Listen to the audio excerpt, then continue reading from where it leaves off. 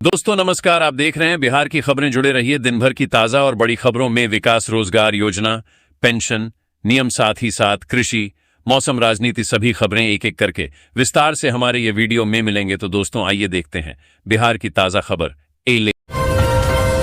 बिहार की राजनीति के बीच आज पटना में मुख्यमंत्री आवास पर जदयू विधायक दल की महत्वपूर्ण बैठक हो रही है। नीतीश कुमार की अध्यक्षता में होने वाली इस बैठक में विधायक दल के नए नेता का चुनाव किया जाएगा। सूत्रों के अनुसार पार्टी सोशल इंजीनियरिंग को साधते हुए अति पिछड़ा वर्ग से किसी चेहरे को यह जिम्मेदारी सौंप सकती है। इस निर्णय को आगामी राजनीतिक समीकरणों के लिहाज से अत्यंत निर्णायक माना जा रहा है। पटना अक्षय तृतीया के शुभ अवसर पर पटना के बाजारों में जबरदस्त उत्साह देखा गया। शहर में कुल 500 करोड़ रुपए का रिकॉर्ड कारोबार हुआ, जिसमें अकेले सर्राफा बाजार की हिस्सेदारी 2.50300 करोड़ रही। आभूषणों में 24 लाख तक के हारों की भारी मांग रही। वहीं ऑटोमोबाइल और रियल एस्टेट सेक्टर में भी 1.00100 करोड़ का निवेश हुआ, जिसमें लग्जरी मर्सिडीज कारों की रिकॉर्ड डिलीवरी भी शामिल है। पटना जिला प्रशासन ने गंगा नदी के तटीय क्षेत्रों को अतिक्रमण मुक्त करने के लिए बड़ा अभियान चलाया। इस कार्रवाई के दौरान कुल 52 अवैध स्थायी और अस्थायी निर्माणों को ध्वस्त कर दिया गया। डीएम ने सख्त निर्देश देते हुए कहा कि नदी के जलक्षेत्र और किनारों पर किसी भी प्रकार का नया अतिक्रमण बर्दाश्त नहीं किया जाएगा। प्रशासन भविष्य में भी ऐसी गतिविधियों पर कड़ी निगरानी रखेगा ताकि गंगा की अविरलता बनी रहे। बिहार की पर्यटन क्षमता को नई ऊंचाइयों पर ले जाने के लिए सरकार एक ऐतिहासिक मास्टर प्लान तैयार कर रही है। इसके तहत राज्य के 5 प्रमुख शहरों का कायाकल्प होगा। विशेष रूप से गया, बोधगया और राजगीर नालंदा को ट्विन सिटी के रूप में विकसित किया जाएगा, जिससे वैश्विक पर्यटन को बढ़ावा मिले। हमारा ध्यान न केवल आधुनिक सुविधाओं पर है, बल्कि इको टूरिज्म और स्थानीय हस्तशिल्प को सशक्त बनाने पर भी है, ताकि पर्यावरण के साथ साथ स्थानीय कलाकारों को भी नई पहचान और रोजगार मिले। बिहार में मौसम का दोहरा मिजाज देखने को मिल रहा है। पटना सहित दक्षिण बिहार के जिलों में चिलचिलाती धूप और लू हीटवेव का प्रकोप जारी है, जहां पारा 40 डिग्री सेल्सियस से 43 डिग्री सेल्सियस के पार पहुंच गया है। इसके विपरीत उत्तरी बिहार और सीमांचल के जिलों में चक्रवाती परिसंचरण के कारण बादल छाए रहेंगे। मौसम विभाग ने वहां गरज चमक के साथ हल्की बारिश और 50-70 किमी घंटा की रफ्तार से तेज हवाएं चलने का पूर्वानुमान जारी किया है। बढ़ती गर्मी के साथ शरीर में पानी की कमी से मूत्र संबंधी गंभीर समस्याएं और पथरी के मामले तेजी से बढ़ रहे हैं।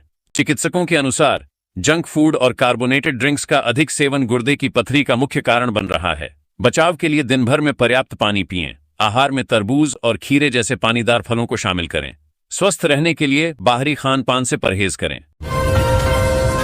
आरजेडी के वरिष्ठ नेता शिवानंद तिवारी ने महिला आरक्षण विधेयक को लेकर भाजपा सरकार पर तीखा हमला बोला है। उन्होंने इसे नारी वंदन के बजाय सत्ता वंदन करार देते हुए कहा कि सरकार की नीयत महिलाओं को अधिकार देने की नहीं, बल्कि आगामी चुनावों में वोट बटोरने की है। तिवारी ने आरक्षण के कार्यान्वयन में देरी और जनगणना की शर्त पर सवाल उठाते हुए इसे महिलाओं के साथ एक छलावा बताया है। मुजफ्फरपुर अक्षय तृतीया के शुभ अवसर पर शहर के सराफा बाजार में जबरदस्त रौनक देखी गई। परशुराम जयंती के बाद से ही खरीदारी में आई तेजी ने व्यापारियों के चेहरे खिला दिए हैं। सोने की ऊंची कीमतों के बावजूद ग्राहकों में भारी उत्साह है। बाजार में विशेष रूप से 18 कैरेट के हल्के आभूषण और मद्रासी स्टाइल की चेन की मांग सबसे अधिक रही। शगुन के तौर पर सोने चांदी के सिक्कों की भी जमकर बिक्री हुई। नेपाल सरकार द्वारा सीमा पार से आने वाले 100 रुपए के सामान पर भी कस्टम ड्यूटी अनिवार्य करने के फैसले ने तूल पकड़ लिया है। मधेश के सांसदों और स्थानीय युवाओं ने इसे आम जनता पर बोझ बताते हुए कड़ा विरोध जताया है। तनाव बढ़ता देख डीआईजी ने सुरक्षा कर्मियों को निर्देश दिए हैं कि राजस्व वसूली के नाम पर सीमा पर आम नागरिकों को बेवजह परेशान न किया जाए और प्रक्रिया को सरल रखा जाए। मिथिलांचल, विशेषकर दरभंगा, पिछले कुछ वर्षों में विकास के नए प्रतिमान स्थापित कर रहा है। सड़क, शिक्षा और स्वास्थ्य सेवाओं में हुए क्रांतिकारी सुधारों ने क्षेत्रीय कनेक्टिविटी और जन सुविधाओं को सुदृढ़ किया है। साथ ही जीविका योजना ने हजारों महिलाओं को आत्मनिर्भर बनाकर महिला सशक्तिकरण की नई गाथा लिखी है। बुनियादी ढांचे में उल्लेखनीय निवेश और सामाजिक योजनाओं के सफल क्रियान्वयन से पूरा क्षेत्र अब प्रगति की मुख्य धारा में तेजी से अग्रसर है। महिला आरक्षण बिल का गिरना न केवल विधायी विफलता है, बल्कि यह नारी शक्ति का अपमान भी है। जहां एक ओर विपक्षी दल अपनी बेटियों को सांसद बनाकर राजनीति में स्थापित कर रहे हैं, वहीं आम महिलाओं के संवैधानिक हक को दबाया जा रहा है। इस दिशा में बिहार ने मिसाल पेश की है। जहां स्थानीय निकायों में महिलाओं को 50% आरक्षण देकर उन्हें नेतृत्व का वास्तविक अवसर दिया गया। अब समय है कि देश की आधी आबादी को उनका पूरा अधिकार मिले। भागलपुर जिले में ई शिक्षा कोष पोर्टल की तकनीकी खामियों के कारण ऑनलाइन उपस्थिति व्यवस्था पूरी तरह चरमरा गई है। पिछले 5 दिनों में जिले के 8,543 शिक्षक स्कूल पहुंचने के बावजूद सर्वर की सुस्ती के कारण हाजिरी दर्ज नहीं कर पाए हैं। मॉनिटरिंग सेल की इस विफलता ने विभाग की कार्यशैली पर गंभीर सवाल खड़े कर दिए हैं।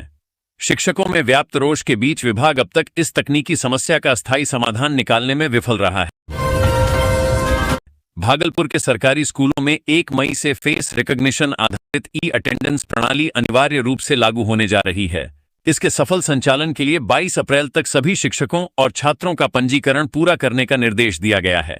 डीपीओ बबीता कुमारी के अनुसार अब भी 961 शिक्षक और करीब 1.96 लाख छात्र पोर्टल पर पंजीकृत नहीं हैं। विभाग ने चेतावनी दी है कि समय सीमा तक रजिस्ट्रेशन न होने पर संबंधित स्कूलों के विरुद्ध कड़ी कार्रवाई की जाएगी। गया बिहार शहर के टावर चौक पर उस समय अफरा तफरी मच गई जब एक सिरफिरा प्रेमी हाई वोल्टेज ड्रामा करते हुए मोबाइल टावर पर चढ़ गया। युवक चिल्ला चिल्लाकर फिल्मी अंदाज में कह रहा था, तुम किसी और को चाहोगी तो मुश्किल होगी। उसकी मांग थी कि पुलिस उसे उसकी प्रेमिका से मिलवाए। करीब 2 घंटे तक चले इस हंगामे के बाद प्रशासन और परिजनों के काफी समझाने बुझाने पर उसे नीचे उतारा गया। पुलिस फिलहाल युवक को हिरासत में लेकर पूछताछ कर रही है। गया के टिकारी प्रखंड में मोरहर नदी पर प्रस्तावित बियर बांध परियोजना 7 साल से अधर में लटकी है। इस देरी को देखते हुए औरंगाबाद सांसद अभय कुमार सिन्हा ने केंद्रीय जल शक्ति मंत्री को पत्र लिखकर परियोजना को त्वरित स्वीकृति देने की मांग की है। सांसद ने पत्र में उल्लेख किया है कि इस बांध के निर्माण से टिकारी और कोंच प्रखंड के किसानों को सिंचाई में बड़ी राहत मिलेगी। वर्तमान में तकनीकी स्वीकृति के अभाव में योजना लंबित है, जिससे स्थानीय कृषि व्यवस्था प्रभावित हो रही है। दरभंगा के प्रेम ज्वेलर्स लूटकांड में 15 गिरफ्तारियों के बाद भी पुलिस की जांच जारी है। समस्तीपुर से गिरफ्तार नितेश कुमार सिंह और आभूषण दुकानदार विकास कुमार सोनी से पूछताछ के बाद 6 अन्य आरोपियों की तलाश तेज कर दी गई है। इनमें कुछ समस्तीपुर और बेगूसराय के हैं। पुलिस ने कुछ लूटे गए आभूषण और नकदी भी बरामद की है। दरभंगा एयरपोर्ट पर स्पाइस जेट की मुंबई से आने वाली फ्लाइट एक बार फिर अपने निर्धारित समय से घंटों देरी से पहुंची। उड़ानों में लगातार हो रही इस लेती लतीफी के कारण यात्रियों को भीषण गर्मी और सुविधाओं के अभाव में घंटों इंतजार करना पड़ा। एयरपोर्ट परिसर में यात्रियों ने एयरलाइंस के खिलाफ जमकर नाराजगी जताई। कई यात्रियों का कहना था कि बार बार होने वाली देरी से उनके आगे के कार्यक्रम प्रभावित हो रहे हैं, लेकिन प्रबंधन की ओर से कोई ठोस समाधान नहीं मिल रहा है। दरभंगा में जाति, आय और आवासीय प्रमाण पत्र बनवाने के लिए छात्र छात्राओं को भारी मुश्किलों का सामना करना पड़ रहा है। बिहार सरकार द्वारा नियमों में किए गए हालिया बदलाव और ऑनलाइन पोर्टल की तकनीकी जटिलताओं के कारण बड़ी संख्या में आवेदन अस्वीकृत हो रहे हैं। सर्वर की सुस्त रफ्तार और दस्तावेजी सुधार की कड़ी शर्तों ने छात्रों की चिंता बढ़ा दी है, जिससे उनके नामांकन और छात्रवृत्ति प्रक्रियाओं पर संकट मंडरा रहा है। बिहार के राजस्व कर्मियों के लिए राहत भरी खबर है। राजस्व एवं भूमि सुधार विभाग ने 11 फरवरी से 19 अप्रैल के बीच निलंबित किए गए सभी कर्मचारियों का निलंबन तत्काल प्रभाव से रद्द करने का निर्देश दिया है। 2.5 महीने बाद मिली इस राहत से कर्मियों में उत्साह है। विभाग के इस फैसले के बाद अब सभी संबंधित कर्मचारी पुनः अपने पदों पर योगदान देकर सरकारी कामकाज संभाल सकेंगे। मुजफ्फरपुर स्थित बीआरए बिहार विश्वविद्यालय ब्रेब्यू के पीजी छात्रों के लिए राहत भरी खबर है। विश्वविद्यालय प्रशासन ने पीजी छात्रावासों में नए सिरे से कमरों का आवंटन फिर से शुरू करने का निर्णय लिया है। हाल ही में अवैध कब्जे के खिलाफ की गई कार्रवाई में करीब 100 कमरे खाली कराए गए थे, जिसके बाद अब आवंटन प्रक्रिया का रास्ता साफ हो गया है। सोमवार को इसकी आधिकारिक अधिसूचना जारी होने की संभावना है, जिससे दूर दराज से आने वाले छात्रों को रहने की सुविधा मिल सकेगी। मुजफ्फरपुर अब औद्योगिक हब बनने की राह पर है। स्थानीय बुनियादी ढांचे में सुधार के चलते हैदराबाद की प्रमुख कंपनी ने यहां विस्तार की रुचि दिखाई है। साथ रूसी उद्योगपतियों के साथ संभावित निवेश वार्ताओं ने वैश्विक स्तर पर जिले की साख बढ़ाई है। इन भारी निवेशों से न केवल हजारों रोजगार पैदा होंगे, बल्कि बिहार की अर्थव्यवस्था को भी नई गति मिलने की उम्मीद है। डुमरांव केसठ राजवाहा नहर मार्ग पर ग्रामीणों ने सड़कों की बदहाली के खिलाफ प्रदर्शन किया। डुमरांव शहर में नो एंट्री से बचने के लिए बालू लदे भारी वाहन गांव की सड़कों का उपयोग कर रहे हैं, जिससे सड़कें टूट गई हैं और धूल शोर से जीवन दूभर हो गया है। ग्रामीणों ने प्रशासन से भारी वाहनों के परिचालन पर रोक लगाने की मांग की है, अन्यथा व्यापक जन आंदोलन की चेतावनी दी। पटना दीनदयाल उपाध्याय रेलखंड के नेवरा स्टेशन पर नॉन इंटरलॉकिंग कार्य के चलते 26 अप्रैल तक रेल परिचालन बाधित रहेगा। इसके कारण बक्सर से गुजरने वाली कई प्रमुख ट्रेनें रद्द कर दी गई हैं, जबकि कुछ के रूट बदले गए हैं या उन्हें आंशिक रूप से समाप्त किया गया है।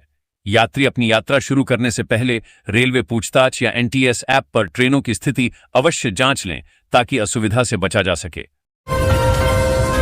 बक्सर जिले में प्रधानमंत्री सूर्य घर मुफ्त बिजली योजना को रफ्तार देने के लिए दक्षिण बिहार पावर डिस्ट्रीब्यूशन कंपनी द्वारा 13 विशेष शिविरों का आयोजन किया जा रहा है।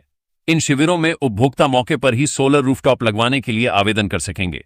विभाग का लक्ष्य लोगों को सौर ऊर्जा के प्रति जागरूक करना और उन्हें भारी बिजली बिलों से राहत दिलाना है। इच्छुक नागरिक अपने दस्तावेजों के साथ पास के शिविर में पहुंचकर इस योजना का लाभ उठा सकते हैं।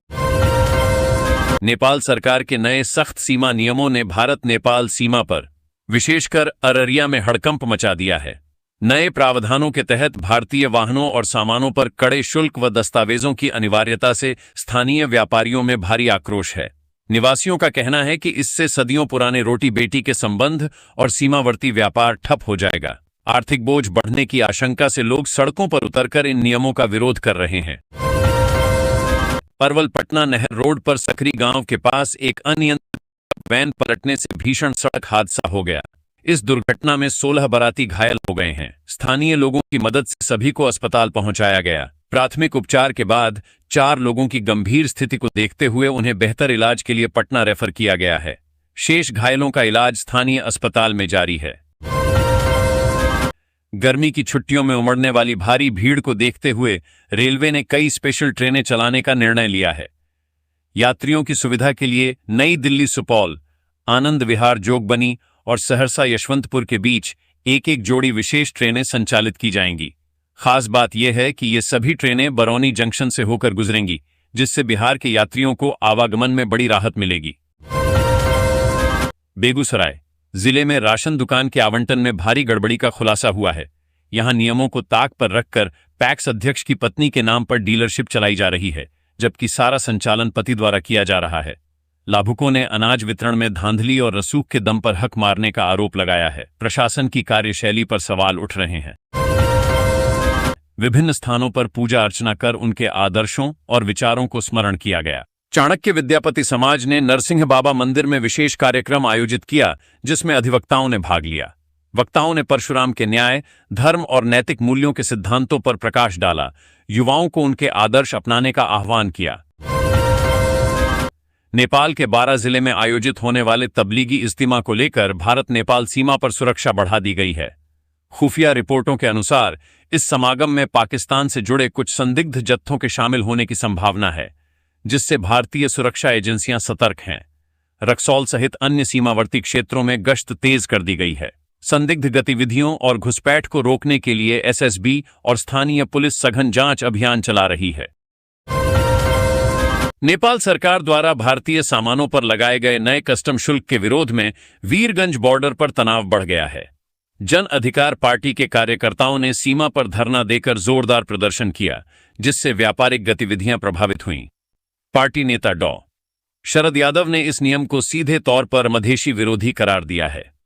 उन्होंने आरोप लगाया कि यह नीति सीमावर्ती क्षेत्रों में रहने वाले आम नागरिकों और छोटे व्यापारियों की कमर तोड़ने वाली है। प्रदर्शनकारियों ने शुल्क तुरंत वापस लेने की मांग की है। वैशाली पुलिस ने हाजीपुर स्थित सदर अस्पताल के पीछे चल रहे एक बड़े जुआ अड्डे पर छापेमारी कर 19 जुआरियों को गिरफ्तार किया है। यह कार्रवाई सदर एसडीपीओ सुबोध कुमार के नेतृत्व में गुप्त सूचना के आधार पर की गई। पुलिस ने मौके से ताश के पत्ते और बड़ी मात्रा में नकद राशि बरामद की है। इस छापेमारी से अवैध गतिविधियों में संलिप्त लोगों में हड़कंप मच गया है। फिलहाल पुलिस पकड़े गए आरोपियों से पूछताछ कर आगे की कानूनी कार्रवाई में जुटी है। बिहार के हाजीपुर स्थित बिदुपुर थाना क्षेत्र में एक शादी समारोह के दौरान चिराग पासवान पर आधारित गाना बजाने को लेकर 2 पक्षों में खूनी संघर्ष हो गया। बिलौ की रस्म के वक्त गाने के चयन पर शुरू हुआ विवाद देखते ही देखते हिंसक झड़प में बदल गया। दोनों ओर से जमकर पत्थरबाजी हुई, जिससे मौके पर अफरा तफरी मच गई। सूचना मिलते ही पुलिस ने पहुंचकर स्थिति नियंत्रित की। समस्तीपुर के खानपुर में कुशवाहा समाज के लोगों ने सम्राट चौधरी को बिहार का मुख्यमंत्री बनाए जाने पर खुशी का इजहार करते हुए जमकर जश्न मनाया। इस दौरान समाज के कार्यकर्ताओं ने मिठाई बांटी और इसे एक ऐतिहासिक निर्णय करार दिया। स्थानीय नेताओं ने प्रधानमंत्री नरेंद्र मोदी, मुख्यमंत्री नीतीश कुमार और उपेंद्र कुशवाहा का आभार व्यक्त करते हुए कहा कि इस फैसले से पिछड़ों और वंचितों का सम्मान बढ़ा है। उनके अनुसार यह कदम प्रदेश के राजनीतिक परिदृश्य में मील का पत्थर साबित होगा। सीतामढ़ी के राघोपुर बखरी स्थित 834 साल पुराने श्रीराम जानकी मंदिर के कायाकल्प की तैयारी पूरी हो गई है। 25 अप्रैल को जानकी नवमी के अवसर पर बिहार के मुख्यमंत्री सम्राट चौधरी मंदिर के जीर्णोद्धार का भूमि पूजन करेंगे। रामायण रिसर्च काउंसिल द्वारा आयोजित इस परियोजना के तहत 12 एकड़ में दिव्य शक्तिपीठ और जानकी शोध संस्थान बनेगा। यहां 51 शक्तिपीठों की अखंड ज्योत भी स्थापित की जाएगी। ज्योतिषाचार्यों ने वर्ष के प्रमुख त्योहारों और शुभ कार्यों की तिथियों को स्पष्ट कर दिया है। पंचांग गणना के अनुसार 28 अगस्त को भाई बहन के प्रेम का प्रतीक रक्षाबंधन मनाया जाएगा। वहीं आस्था के महापर्व छठ पूजा के लिए 15 नवंबर की तिथि निर्धारित की गई है। तिथियों को लेकर बनी संशय की स्थिति को समाप्त करते हुए विशेषज्ञों ने मुहर लगा दी है, जिससे अब श्रद्धालुओं के लिए पर्वों की तैयारी और मांगलिक कार्यों की योजना बनाना सुगम होगा। शिवहर में अवैध खनन के खिलाफ प्रशासन ने सख्त कार्रवाई की है। पुलिस और प्रशासन की संयुक्त टीम ने देर रात छापेमारी कर पुरनहिया के अदौरी स्थित बागमती नदी घाट से एक पोकलेन मशीन जब्त की। प्रभारी डीएम ने अवैध खनन पर पूर्ण रोक लगाने के लिए लगातार जांच और अभियान जारी रखने के निर्देश दिए हैं, जिससे राजस्व हानि रोकी जा सके। सारण के सोनपुर को अब विधिवत नगर परिषद का दर्जा मिल गया है, जिससे क्षेत्र के विकास को नई गति मिलेगी। नए परिसीमन के बाद वार्डों की संख्या 21 से बढ़कर 25 हो गई है। प्रशासनिक स्तर पर मतदाता सूची और वार्ड गठन की प्रक्रिया पूरी होने के बाद 13 मई के बाद कभी भी निकाय चुनाव की घोषणा होने की संभावना है। स्थानीय नागरिकों में इस विस्तार और आगामी चुनावों को लेकर भारी उत्साह देखा जा रहा है। सांसद पप्पू यादव ने नई दिल्ली में केंद्रीय सड़क परिवहन एवं राजमार्ग मंत्री नितिन गडकरी से मुलाकात कर पूर्णिया और सीमांचल की सड़क समस्याओं पर चर्चा की। यादव ने क्षेत्र की महत्वपूर्ण सड़कों को राष्ट्रीय राजमार्ग NH घोषित करने, उनके चौड़ीकरण और सुदृढ़ीकरण की पुरजोर मांग की। उन्होंने जर्जर सड़कों से जनता को होने वाली परेशानियों से अवगत कराया, जिस पर केंद्रीय मंत्री ने सकारात्मक कार्रवाई का आश्वासन दिया। बिहार के विभिन्न जिलों में वायु प्रदूषण रोकने हेतु प्रशासन ने पराली जलाने पर पूर्ण प्रतिबंध लगा दिया है। कृषि विभाग ने चेतावनी जारी करते हुए कहा है कि फसल अवशेष जलाने वाले किसानों के विरुद्ध कठोर कानूनी कार्रवाई की जाएगी। दोषी पाए जाने पर सरकारी योजनाओं के लाभ और सब्सिडी से वंचित किया जा सकता है। किसानों को आधुनिक कृषि यंत्रों का उपयोग करने और पर्यावरण संरक्षण में सहयोग देने की अपील की गई है। मधेपुरा सिंहेश्वर में अक्षय तृतीया के अवसर पर महिला एवं बाल विकास निगम द्वारा बाल विवाह रोकथाम हेतु विशेष जागरूकता कार्यक्रम आयोजित किया गया। इस पहल के माध्यम से ग्रामीणों और पुजारियों को बाल विवाह के गंभीर दुष्परिणामों के प्रति सचेत किया गया। अधिकारियों ने स्पष्ट किया कि कम उम्र में विवाह न केवल कानूनी अपराध है, बल्कि यह बेटियों के स्वास्थ्य और भविष्य के साथ खिलवाड़ है। उपस्थित जनसमूह को बाल विवाह न करने और इसे रोकने में सहयोग करने की शपथ दिलाई गई। भारत की पहली डिजिटल जनगणना 2027 का आगाज हो चुका है। इसके पहले चरण हाउस लिस्टिंग में प्रगणक मोबाइल ऐप के जरिए घर घर जाकर 33 बिंदुओं पर डेटा जुटाएंगे। इसमें मकान की स्थिति, पेयजल, बिजली, शौचालय और डिजिटल संपत्ति, स्मार्टफोन, इंटरनेट जैसे सवाल शामिल हैं। खास बात यह है कि नागरिक सेल्फ एन्यूमरेशन पोर्टल के जरिए खुद भी जानकारी भर सकते हैं। सटीक डेटा भविष्य की सरकारी योजनाओं का आधार बनेगा।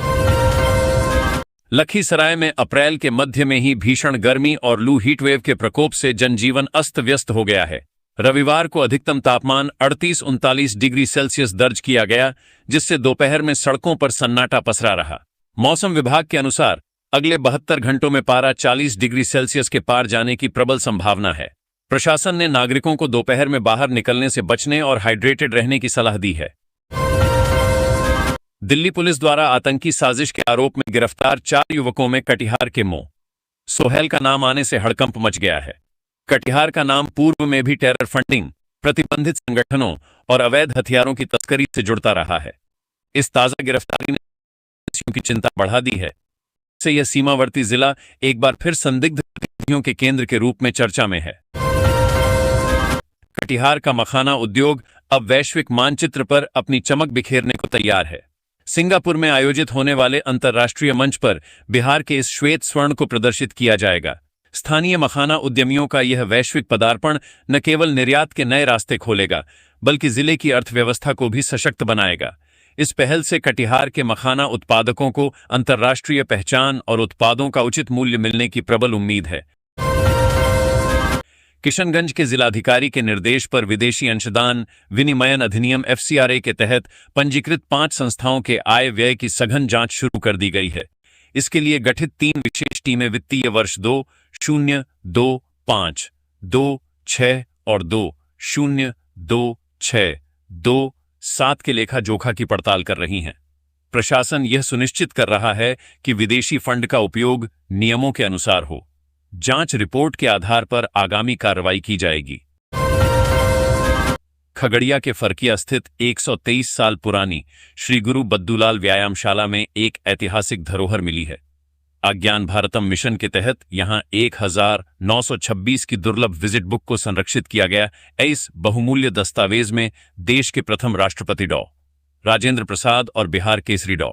श्री कृष्ण सिंह जैसी महान विभूतियों के हस्ताक्षर और प्रेरणादायी विचार दर्ज हैं। यह ऐतिहासिक संकलन क्षेत्र की समृद्ध विरासत और स्वतंत्रता संग्राम के गौरवशाली दौर का जीवंत प्रमाण है। जमुई के खैरमा में वांछित अपराधी ढीबू यादव को पकड़ने गई पुलिस टीम पर ग्रामीणों ने हिंसक हमला कर दिया। लाठी डंडों और ईंट पत्थरों से किए गए इस हमले में 2 सब इंस्पेक्टर SI और एक सिपाही गंभीर रूप से घायल हो गए। हालांकि पुलिस ने तत्परता दिखाते हुए घेराबंदी की और मुख्य आरोपी ढीबू यादव सहित 5 लोगों को गिरफ्तार कर लिया। घायल जवानों का इलाज अस्पताल में जारी है। जमुई स्थानीय रेलवे स्टेशन की पहचान माना जाने वाला 100 फीट ऊंचा विशाल तिरंगा पिछले 1 सप्ताह से अपनी जगह से गायब है। स्टेशन परिसर से राष्ट्रीय ध्वज के नदारद होने से यात्रियों और स्थानीय लोगों में काफी आक्रोश है। लोग इसे रेल प्रशासन की बड़ी लापरवाही मान रहे हैं। दूसरी ओर मामले पर सफाई देते हुए स्टेशन प्रबंधक ने बताया कि पुराने झंडे के क्षतिग्रस्त होने के कारण उसे बदलने के लिए उतारा गया है। जल्द ही नया तिरंगा वहां शान से लहराता नजर आएगा। सम्राट सरकार ने बेमौसम बारिश और ओलावृष्टि से प्रभावित किसानों के लिए मुआवजे की घोषणा की है। रबी फसल के नुकसान की भरपाई के लिए सरकार द्वारा भारी अनुदान दिया जा रहा है। पात्र किसान आधिकारिक पोर्टल पर जाकर ऑनलाइन आवेदन कर सकते हैं। आवेदन की प्रक्रिया शुरू हो चुकी है। किसान भाई जल्द से जल्द पंजीकरण कराएं ताकि सहायता राशि सीधे उनके बैंक खातों में भेजी जा सके। अररिया भ्रष्टाचार के विरुद्ध जीरो टॉलरेंस की नीति अपनाते हुए जिला पदाधिकारी ने नरपतगंज अंचल के निलंबित राजस्व कर्मचारी मु. इम्तियाज आलम को सेवा से बर्खास्त कर दिया है। गौरतलब है कि कुछ समय पूर्व निगरानी विभाग ने आरोपी कर्मचारी को रिश्वत लेते हुए रंगे हाथ गिरफ्तार किया था। इस मामले में विभागीय जांच और आरोपों की पुष्टि होने के बाद डीएम ने ये कड़ी कार्रवाई की। इस फैसले से भ्रष्ट कर्मियों में हड़कंप मच गया है। बिहार में उप मुख्यमंत्री सम्राट चौधरी के कमान संभालते ही सीमांचल के सीमावर्ती क्षेत्रों में प्रशासन पूरी तरह एक्शन मोड में है। केंद्रीय गृहमंत्री के निर्देश पर जिला प्रशासन ने भारत नेपाल सीमा पर स्थित नो मेंस लैंड से अवैध अतिक्रमण को पूरी तरह हटा दिया है। सरकार का यह कदम घुसपैठ, भ्रष्टाचार और तस्करी पर लगाम लगाने की दिशा में बड़ी कार्रवाई माना जा रहा है, जिससे सीमावर्ती इलाकों में हड़कंप मचा है। बिहार सरकार ने ग्रामीण संपर्कता को मजबूत करने के लिए एक मेगा योजना तैयार की है। इसके तहत राज्य के गांवों को मुख्य मार्गों से जोड़ने के लिए 3000 किलोमीटर नई सड़कें और 300 पुल पुलिया बनाए जाएंगे। साथ ही पुरानी 2 किलोमीटर सड़कों का कायाकल्प होगा, जिनकी चौड़ाई 12 फीट से बढ़ाकर 18 फीट की जाएगी। इस पहल से ग्रामीण परिवहन सुगम होगा और किसानों व व्यापारियों को बड़े बाजारों तक सीधी पहुंच मिलेगी। पटना के जेपी सेतु पर मंगलवार को भीषण जाम लगने से यात्रियों को भारी परेशानी का सामना करना पड़ा। लगभग 6 किलोमीटर लंबी कतारों में गाड़ियां रेंगती रहीं, जिससे पुल के दोनों ओर अफरा तफरी का माहौल रहा। करीब 3 घंटे तक यातायात पूरी तरह बाधित रहा। चिलचिलाती धूप में फंसे लोग बेहाल नजर आए। प्रशासन की कड़ी मशक्कत के बाद यातायात को धीरे धीरे सामान्य कराया जा सका। मोकामा क्षेत्र के सर्वांगीण विकास के लिए 18.11 करोड़ रुपए की विभिन्न योजनाओं का शिलान्यास किया गया है। इसके तहत परशुराम स्थान परिसर में एक आधुनिक कमर्शियल बिल्डिंग का निर्माण होगा, जिससे स्थानीय व्यापार को बल मिलेगा। साथ ही मोकामा अस्पताल में स्वास्थ्य सुविधाओं के सुदृढ़ीकरण पर विशेष जोर दिया गया है ताकि आम जनता को बेहतर इलाज मिल सके। इन योजनाओं से बुनियादी ढांचे और चिकित्सा क्षेत्र में बड़ा बदलाव आने की उम्मीद है। आज की खबरों में बस इतना ही। जय हिंद, जय भारत, वंदे मातरम।